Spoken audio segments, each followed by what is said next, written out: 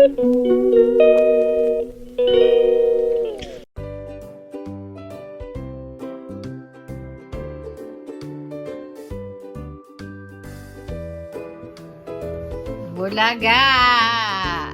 Tanghali ka na!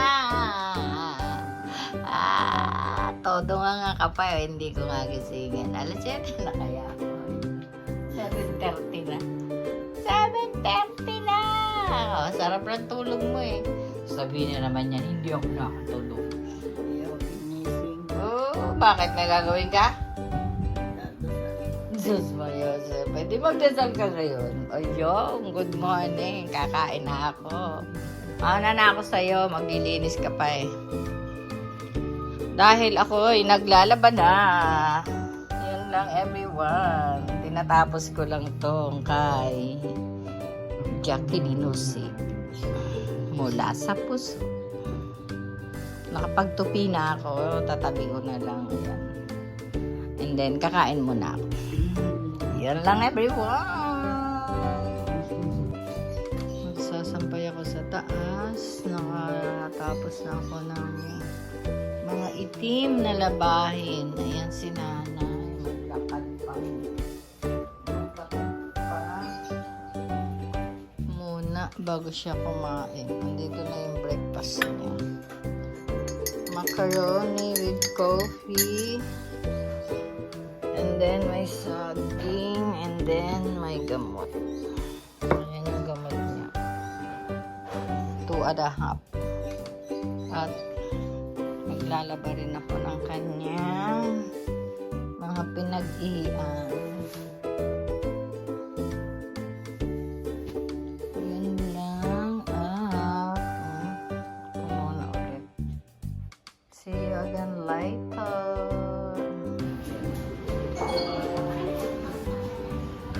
Dito kami ngayong araw na to at oras na to. Time check 2:35. Iniwan namin si nanay kasama si Raven. Dito siya at the moment. Activation. Ito kami sa Walter Mart Abenson. Looking for something.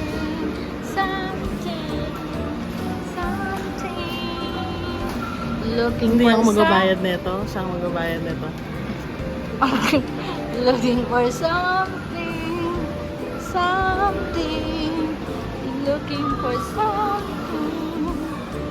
Hindi ako mayaman. Si mama mayaman. Wow, gala. Ayan. Everyone share magbabayad. Yun ang nagustuhan mo. 15,999. Ayun lang. Pero ito pa rin yung isang gusto ko pa. This one. Galing mo. Ibibigay nila yung original receipt mo. Tapos kukunin nila to. Pwede nyo picturean lang para alam nyo kung ano yung mga kasama. Yeah. Kung sakaling may kulang, pwede nyo siyang hindi receive din yun nga. Double check ako physical appearance. Kung may basag, pwede hindi rin. Para mapalitan ko ng lahat. Okay.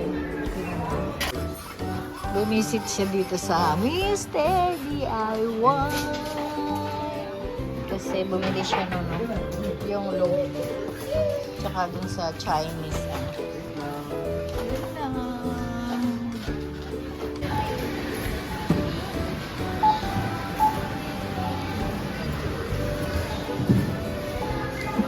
It's my turn naman. Ano, food. Hello everyone. Food trip simula doon sa pizza hanggang dito. Matatapos siya sa siomai daw. Siomai galore.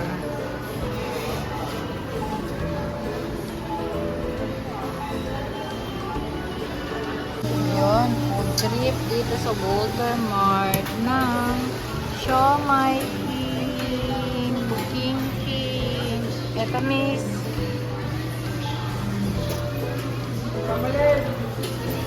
Bango ng kalamansi.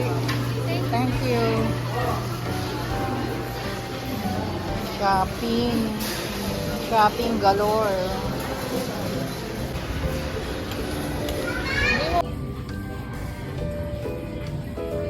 Yan everything. Dito naman ako sa Mercury View. Ang bagan.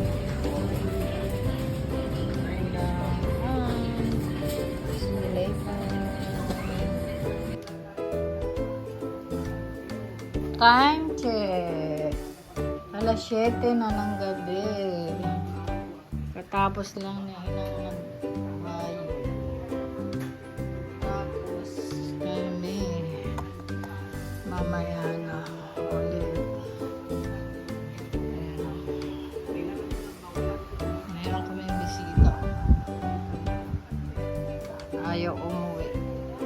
Dahil papakainin daw yung kanyang anak.